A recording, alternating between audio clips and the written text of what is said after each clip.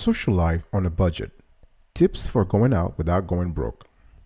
Check out these expert tips to have a great time while keeping a lid on your expenses.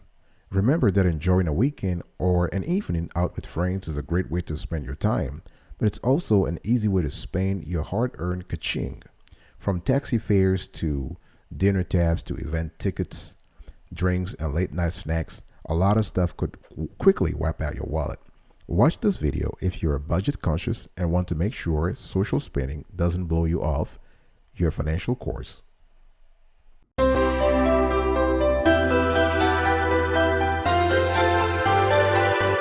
Welcome back, folks, to another edition of Sweetie Kiwi. We are having a wonderful conversation today around social life on a budget.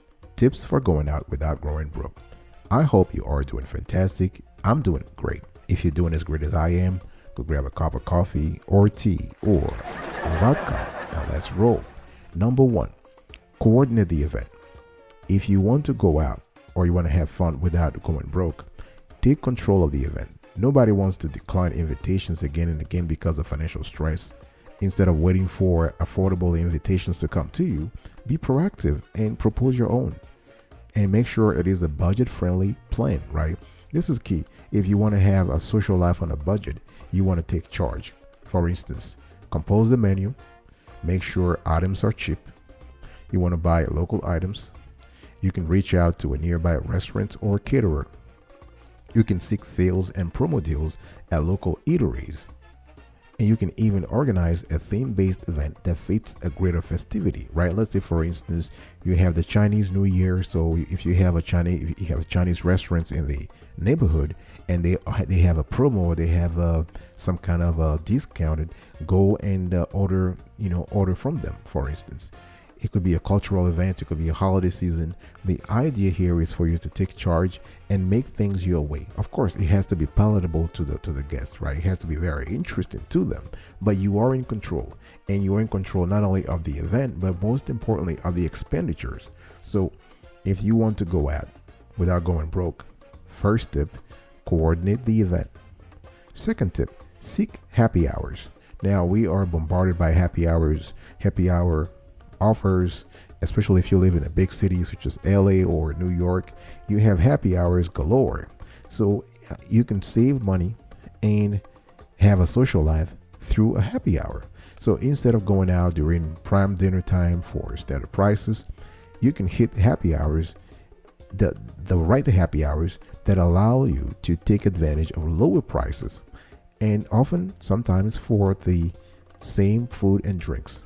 And the good thing is that your friends will appreciate that, especially, people love happy hour environments. It's cool, there's music, there is folks around, and you can also eat and drink at the same time, right? And all of that without breaking the bank. Happy hour dining is a great way to save money. Eating out as restaurants, because restaurants are motivated to drive down cost during that sort of surge in demand time, and there is a temptation to splurge on the most expensive menu items, but don't do that, right? You choose the right restaurants, the right items, the right menu, and the affordable menus. Tip number 3, get the timing right. It's all about demand and supply, folks. So you want to go out at off-peak moments. If you want to go out if you want to have dinner at 6:30 or 7, and where you live everybody has dinner around that time, chances are prices will go up. Instead, you can go to dinner around 11 or 10 p.m. if that works with your metabolism and your schedule, right? So when friends do want to go out at 9 and you're playing the role of event coordinator, try to find cheaper timing. For instance, in Italy and in other places in Southern Europe, people used to have dinner late. If you go to Spain or Portugal or Italy, people have dinner around, I would say, 9 or 9:30 or 10 p.m.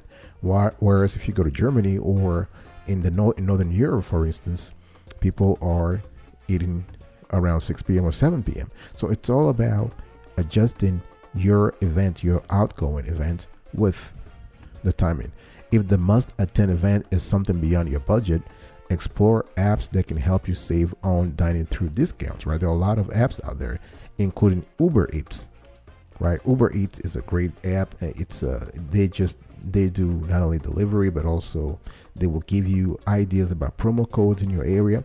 We just finished an entire show on how to save money through Uber Eats. You might want to double check that. This can help you also save some cash. All right. I will be right back, right after this, and don't go anywhere.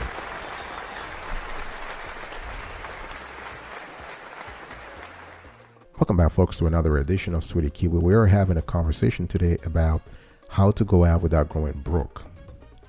And if you love the clarity and the quality of the content so far, please consider subscribing to our channel and turn on the notification bell so you are aware of new shows.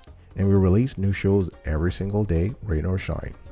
Like this content, share, and subscribe. Tip number 4, open up your home. Now, if you want to save cash, the best way is again to spend quality time with your friends. You don't have to go out. And this sort of harks back to what I said earlier about being the event coordinator, right? If you open up your home, you are de facto the event coordinator. So you can, if you invite friends over to swim or hang out in the sunshine, even if you don't have a pool, or I don't know, if you don't live in a posh neighborhood, you can still have a social life on a budget. A proper social life on a budget. All you have to do is to plan things ahead. You can open up your home for other fun and engaging experiences with friends and colleagues. There is a whole other level that is personal and intimate, right? You can play host, you can share your home with others. And the good thing here is that you can even ask everybody to bring whatever they want to eat. That way you're saving money. You don't have to spend any cash. You can spend a little bit, but not as much, right? And it's in the last few years, this has become a key way to interact. A lot more people are comfortable socializing that way. They don't want to go to restaurants where sometimes the ambiance is impersonal. They want to have a more cozy environment, a relaxed environment at home where they can spend hours dining for a fraction of what restaurants charge. Okay. Number 5, you want to be upfront with friends who always want to spend money. We all have those friends, right? Friends who constantly want to indulge. You want to be honest with them. You want to tell them very quietly and politely what your financial goals are, and you want to explain why spending less is important to you. Now, the good thing here is that they have to listen to you, or they don't have to listen to you. At least you will know who is really your friend. You don't have to feel like you can't keep up with friends who always want to spend money. Be yourself, right? Be yourself, because people unfortunately equate spending money with good time. It's not always true. Spending money, after all, is no guarantee of a good time, especially when you consider the stress it may cause when your bills comes due. So the idea here is to have fun affordably. The idea is to have fun properly and affordably.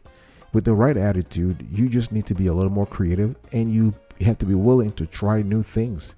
You could learn how to have a social life on a budget, right? So if friends don't go along with your new plans for financial freedom, I'm sorry, but you're going to have to ditch them.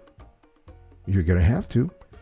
Don't hesitate to change friends if needed. It's all about, you want friends who support you. You want friends who think likewise. You want friends who understand the importance of financial freedom. And if they don't get that at this moment, you're going to have to distance yourself from them until they get it. Right? Number 6, to go out without going broke, you're going to have to try new hobbies, right? If your current hobby is kind of expensive, you're going to have to try new things. For instance, hiking is one of the cheapest hobbies that I've seen around, and I've been practicing hiking for several years now. So you're going to have to figure things out on yourself. For instance, if you want to learn how to have a social life on a budget, join a gym. You can join a salsa club. You can join a hiking club. right? Where you can meet cool people and hang out with them. It's all about finding what really matters to you, what's really important to you. Going out means going out. Whether you're going to the golf club, or you go into the salsa club, or to the local gym, is still going out. Granted, some of those passions cost more than others. If you're going to a golf club, chances are you're going to spend way more than going to a salsa club or at the local gym, right? So it's up to you to find exactly what works for you, and you want to find a way to save money and have a social life, and also be interested in starting a low-cost hobby. The good thing here is that hobbies focused on fitness, dancing, and crafts are often easy on the budget. You can usually find local meetup groups and clubs to learn more and enjoy your new hobby with others. The idea here is to get out there, not be shy, and make contacts. Okay, I'll be right back right after this. Don't go anywhere.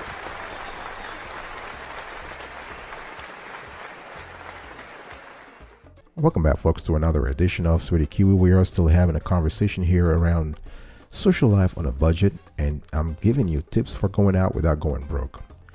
And let's wrap up today's show here, and I've given you 6 tips, powerful tips, that allow you to go out without going broke. First, coordinate the events. Second, seek happy hours. Third, get the timing right. Fourth, open up your home. Fifth, be upfront with friends who always want to spend money. And sixth, try new hobbies.